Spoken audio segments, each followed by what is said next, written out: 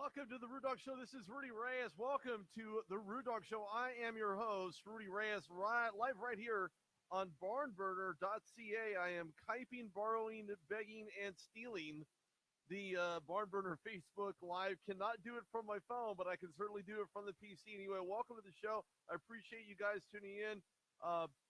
Look, last night's game, I'm going to jump right into this because I believe it really needs to be talked about. It really needs to be spoken about. Of course, you're probably not going to hear a lot of this coming from any other media here in the Southern California area unless you're tuned in right now live to the Rude Dog Show.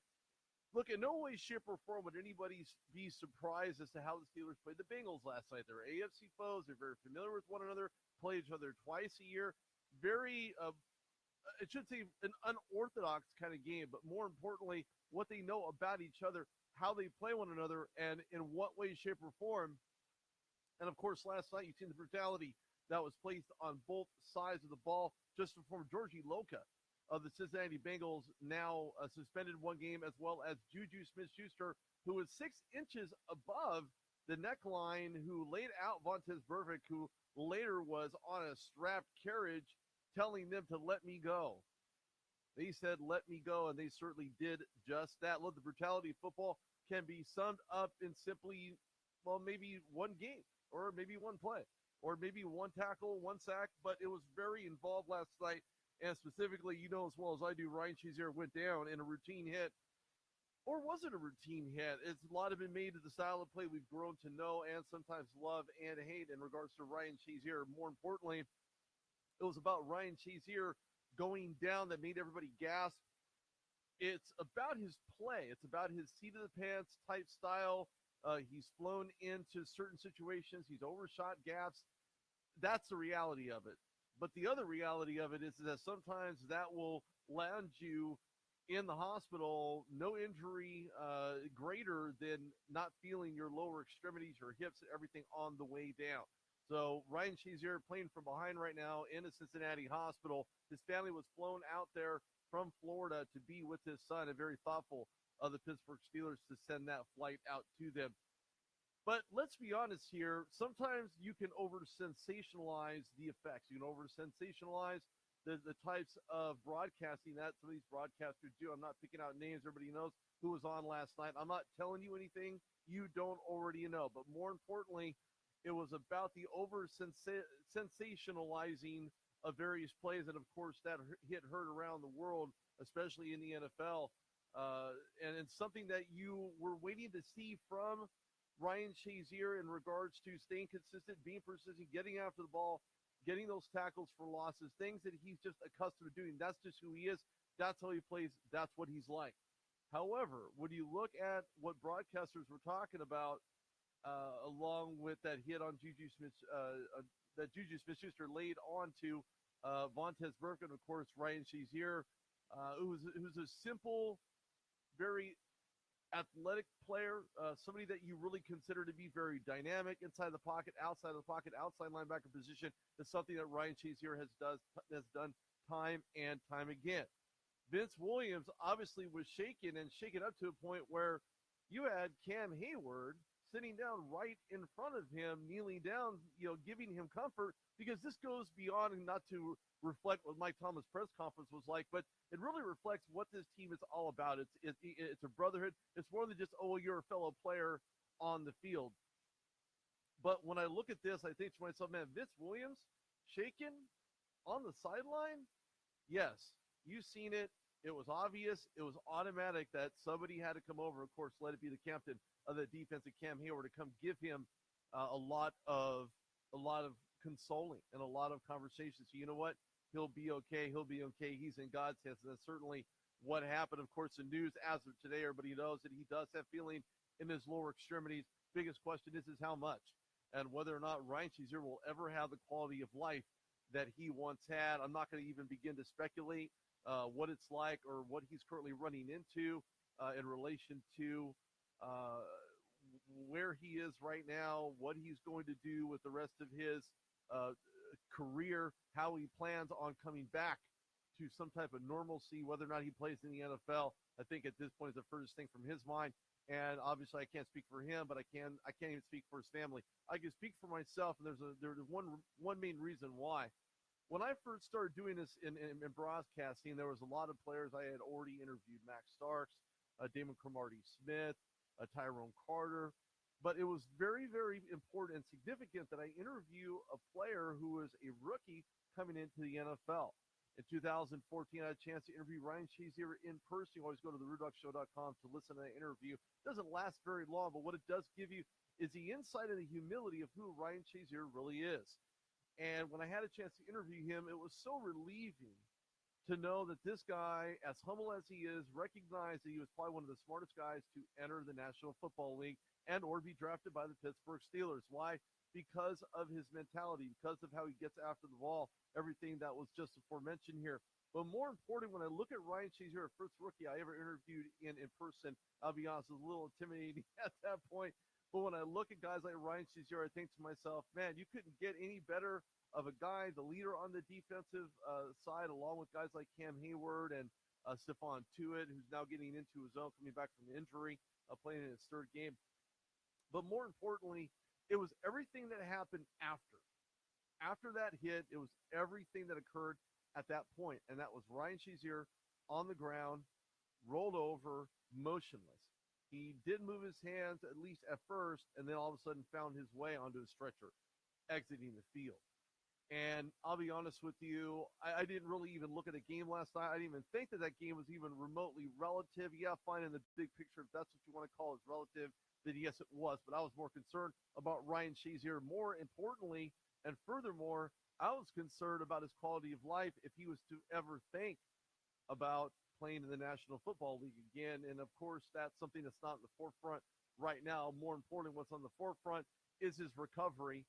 And my sincerest condolences goes out to Ryan Shazier, his family, his wife, his kids, and of course his Steeler organization, who's showing nothing but love and trying to comfort Ryan Shazier in the best ways that they know how. But let's keep this into perspective. Everybody should know this by now. This isn't anything you haven't already heard or already seen or already listened to on TV or on the radio. This is a violent game. This is a very violent game. No one should forget that. With the NFL and the changes that they're trying to make head in the 2018 season, will there be changes enabling stuff like this to be fixed? Will there be protocols? From what I've seen, the way that they handled it was like kid gloves, as well as they should. But more importantly, was it about the message that the league was trying to send across the entire NFL with suspensions of both Iloka and Smith-Schuster today, enough to send a signal to them saying, look, this is the message. We need a response from this. We need you to recognize that this is not something that's going to be tolerated. Now, what's interesting about this is that when you look at both Marvin Lewis, Mike Tomlin, both on the competition committee, certainly something they're going to talk about in the meetings that happen next year, and they just happen to sit on those particular committees, oddly enough. But let's funnel through a variety of ways that somebody can actually tackle. Either tackle with their arms wrapped around the upper body, not very effective. Lower body, yes, wrap them up the ankles, wrap them up on the legs, make sure they cannot move. More importantly, do not lead with your head. It's just constantly preached. I'm not in a locker room, so I don't know what's spoken or not spoken, but I'll tell you this. When I see a lot of these types of injuries, I recognize these are life-changing. These are totally devastational. I don't care what you may think from the onset, well, this is a good hit and that's a good. No, it's not like that. These guys' lives are on the line. You can't make any mistake to suggest that, oh, well, they're going to get up from that. Well, how do you know? Well, you don't know.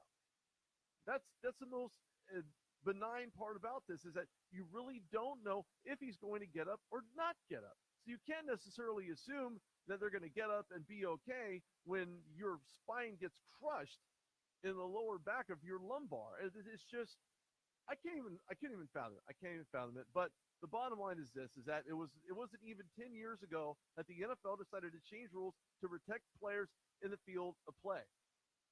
And what's more important than that is that those calls, those flags ultimately aren't designed to penalize a team is to penalize the act that occurred on that play. You as a player individually know certainly what you're doing, from tackling to hitting, leading with your helmet, not leading with your helmet. There are so many ways and so many different types of situations where you can change your style. A lot of rumors about why Ryan Shazier is made of glass, and of course everybody wants to have that conversation. But the glass is, it's not about the glass, it's about the fact the glass is broken. And right now, is it a broken system? Are we going to ultimately, as a society, continue to cheer on those types of hits? No. I basically cringe when I see those types of plays.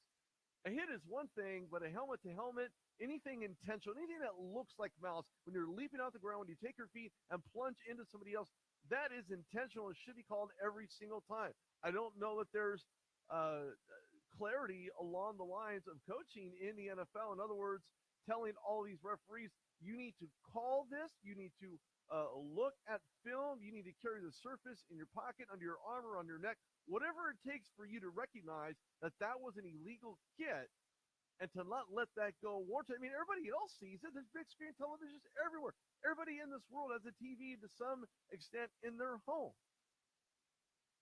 So if they're seeing something, then why can't the referees see that? Why can't they recognize?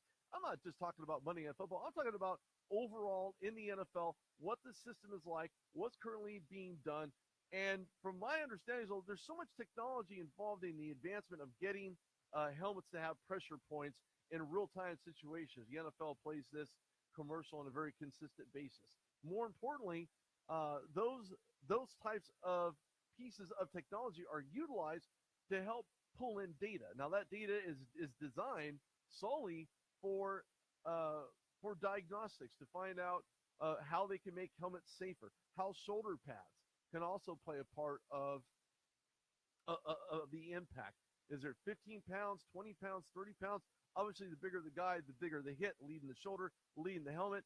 So what we really have to do is understand that this is not a perfect system. The NFL does not have a perfect system in relation to preventing concussions. And in all fairness, football in general is a very dangerous sport. Obviously, we could probably agree to disagree with this point, but it's clearly obvious when you see players such as guys like Ryan Shazier, even Antonio Brown, hit by Iloka in the end zone for a completion in that touchdown to really put this game into an opportunity for Chris Boswell to win it off his toe. But again, when it comes to today's version of the NFL, this is your mom and dad's NFL. This is today's NFL. It's a pass-first league.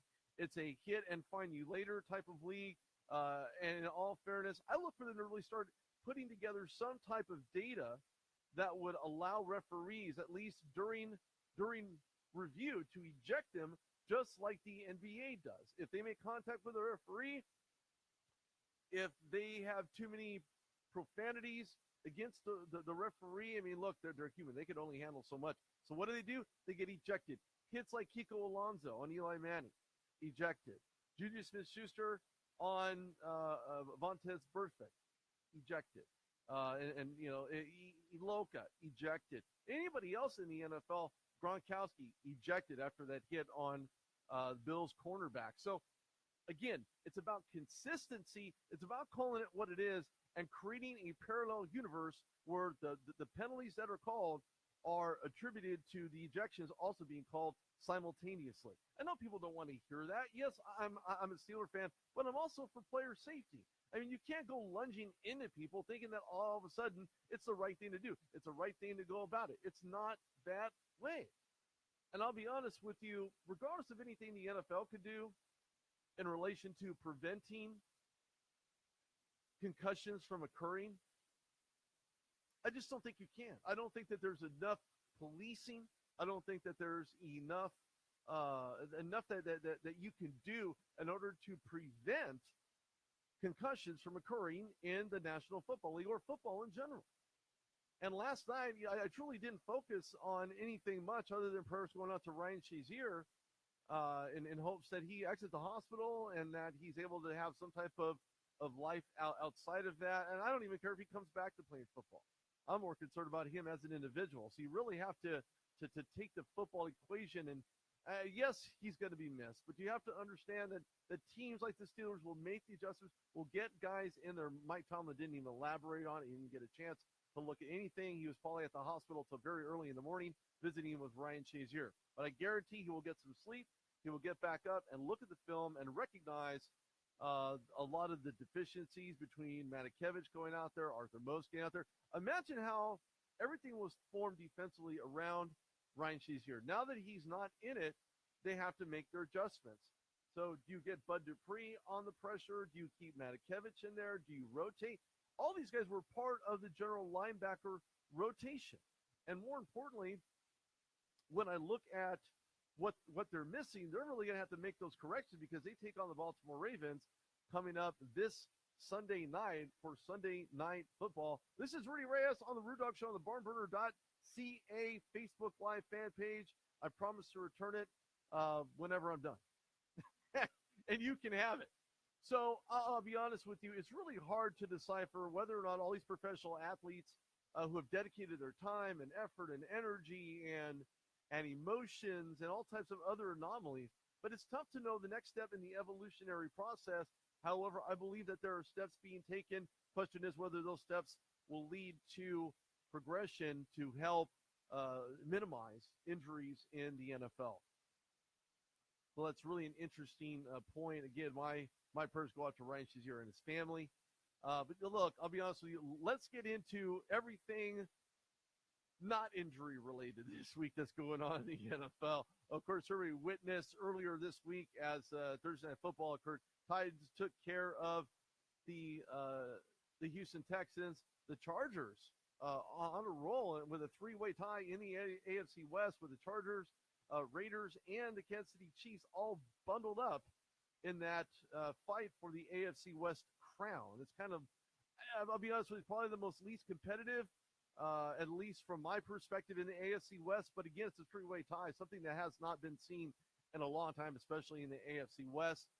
Giants did some house cleaning this morning, releasing general manager Reese, releasing Ben McAdoo. That was for the better. I think that was for the best moving on. That will allow them to get a coach in there that really wants to be there, that has ownership, that feels that he wants to have a change come through the Giants system. The mayor certainly need to do something about that, but unfortunately, and then this is week 12, by the way. Giants took care of those problems there. Unfortunately, in the AFC East, you look at the Redskins, who lost heavily against the Cowboys. I thought it's going to be a lot more competitive of a game. Unfortunately, Kirk Cousins and the amount of pressure on that offensive line just certainly, and there's something about not paying Kirk Cousins that just has me wondering if he's going to even be there next year. And then you look at the New England Patriots. Of course, they're rolling right now, 23-3 over the AFC, and just rolling in the NFL overall. I'm not handing the Lombardi to the Patriots, but they're certainly doing a job. Winners of 9 in a row. 49ers getting their second win of the year against a Trubisky-led Chicago Bears. I think it's all for naught, but I think if the 49ers continue winning games, or at least winning the rest of their season, they could end up not getting that number one pick, and at this point, that's exactly what it looks like at the number 2 position for the 49ers. Minnesota Vikings taking care of business with defense. Lots of defense, lots of pressure on Matt Ryan, throwing ill-advised passes. When I look at the Vikings, I look at Case Keenum, and there's no question that you leave the guy in there. He's high in completions. He's high in attempts, and he's certainly winning. He continues to win despite having Teddy Bridgewater back in that lineup, of course, backing up Case Keenum. I don't know what's wrong with the Falcons. I don't know if they'll even get back to the NFC title game, certainly the way that they have been playing. But again, more importantly, the way that I see other games working out in the NFC, Packers are still alive, oddly enough, and more importantly, what that can mean by getting Aaron Rodgers back. He's still on IR, at least for the moment, and he could be put back in as soon as next weekend. We'll have to see how that plays out. Of course, you guys will get all your updates. You can throw me a follow on Twitter at RootDogReyes. Go to the RootDogShow.com. You can find this video as well as a podcast. It will certainly be loaded within the hour. Look at the Lions taking on the Ravens. Ravens 6-5. Certainly holds that second wild card spot in the AFC West. The AFC North at 44-20 over the Lions. Matthew Stafford hurt his hand in that game. It could be sprained. He could be out for any length of time. That remains to be seen. But I look at the Dolphins, and again, going back to AFC West, I don't know what's wrong with the Broncos, but I know it starts with the guy under center, and that certainly is Trevor Siemian. I don't know what's going on with Paxton Lynch. I know he had an injury. I think it was an ankle sprain, so he's out. Dolphins fighting for their lives. I don't know if they'll have a chance to get in a wild card in the AFC. They are in the hunt, however, and that win against the Broncos certainly helped them to the fullest extent. But what is wrong with the Kansas City Chiefs? Everybody needs to go to barnburner.ca, go to features, and I just posted an article there on Sunday in regards to Chiefs, the Saints, and it's called Unsportsmanlike Conduct. So go check that out, barnburner.ca. And if you want your website to look like barnburner.ca, go to iquestmedia.ca and get what you are looking for, okay? Let's move on into some other games here. Colts, Jaguars. Jaguars 8-4, 4-2 at home. I like how the Jaguars are playing right now. They are in the AFC hunt, at least right now, kind of a co-leader in the AFC South. Jaguars 8-4, 4-2 at home. Colts are 3-9. They are a dumpster fire, unfortunately. Scored 3 points in the second, 7 in the third, and Jaguars scored in every single possible quarter that they happen to play in. I think it's misery and writing on the wall for the Colts. They need to beef up, especially that offensive line, if they expect to get Andrew Luck back next year. Of course, we were talking about the Browns. They're losing that 10-19 over the Chargers. Again, three-way tie. Even though the Chiefs have the better record in conference in the AFC West, followed by the Raiders and then the Chargers. I just think that it's just going to come down to who wins more, when, how, and why in the AFC West in these games that are coming up. This is Rudy Reyes on the Rude Dog Show on barnburner.ca. We're going to cover a few more games, and then off I go into the Wild Blue Yonder. Panthers losers against the New Orleans Saints. I watched this game very attentively, and when I look at Drew Brees, when I look at Kamara, I look at so many dynamic things. Eddie Lacy, defense, they're just getting it done, and they're playing hard. They needed to get a very strong game coming back from their loss in Los Angeles against the Los Angeles Rams. And speaking of the Rams, they really took it to Arizona, 32-16, 16 in the first, 3 in the second, 7 in the third, and to cap it off, 2 field goals in the fourth quarter, really take it to the Arizona Cardinals, who are 5-7. Rams are 9-3. Are they the real deal? Yes, they definitely are. There's no question about it. And then, of course, your final for Sunday Night Football, a game, look, I'll be honest with you, we were talking about the NFL Blitz right here on barnburner.ca, and everybody was picking the Eagles. Why? Because the Eagles were consistently winning. They're winners of 8 in a row. So they got caught up. It was a trap game with the 12th man, Russell Wilson. I don't know if that he's a 12th man, but he's certainly playing like an MVP, and everybody should be talking about Russell Wilson as a potential MVP candidate. Should he be an MVP? Well, there's still too much football to be played to make that nomination, but I can tell you this much. Russell Wilson is certainly making an argument to be just that. Seahawks go up at home, 8-4, 4-2 at home, 10-2, 4-2 away. So Eagles just got caught up. They got caught up offensively. They didn't have anything going on there with Carson Wentz under center. It just there's way too much confusion. I mean, he's 29 for 45. He did have a touchdown, but certainly not the kind of performance that you would normally see from this Eagles offensive line. So when I look at the Redskins and I look at the Cowboys, there's no way the Redskins are going to make the playoffs. There's no way.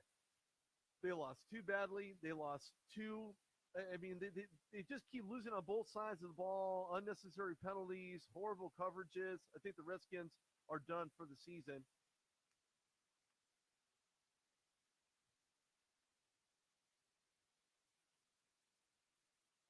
When I look at the Patriots, I think to myself, man, they scored 14 points in the third. But to add a detractor to that, Gronkowski, who's not known as a dirty player, of course, I was having a conversation with somebody on Twitter with no names, talking about how he was missing my point. I wasn't saying that he was calling Gronkowski an angel in that play because he clearly was not.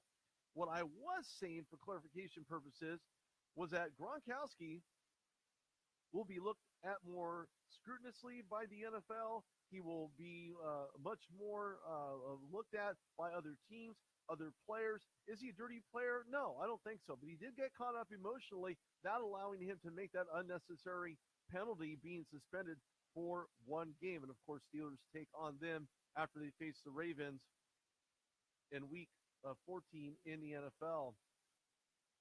I think there's a lot of games left to win, a lot of games left to lose.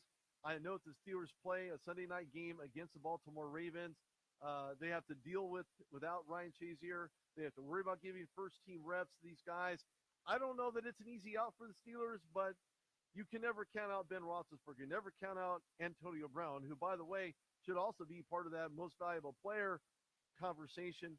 And I'm not talking about anything other than his athleticism, his ability to make plays, catching balls, exiting with his toe tapped in. He's just made one great catch after another, especially yesterday after being headbutted by Aloka. Certainly can't have the conversation that Antonio Brown could possibly deserve to be the MVP. He's obviously a Steelers MVP right now in a very close race with Ben Roethlisberger, who's been putting together play after play after play, even being torn down. He still makes those plays. And I think a lot can be said about Ben Roethlisberger, where he's headed. Is there another year involved in him after the season is over with? Nobody knows. No reason to bother speculating because there's still too much football to be played, too many snaps to make. And this is Rudy Reyes on the Rude Dog Show, talking live on barnburner.ca. Go to barnburner.ca. Go to iquestmedia.ca. You can see what is in the making for your website. If you like what you see on barnburner.ca, iQuest Media has all your needs. Go to iQuestmedia.ca. This is Rudy Reyes on the Rude Dog Show. Thanks for tuning in. I'll see you guys tomorrow.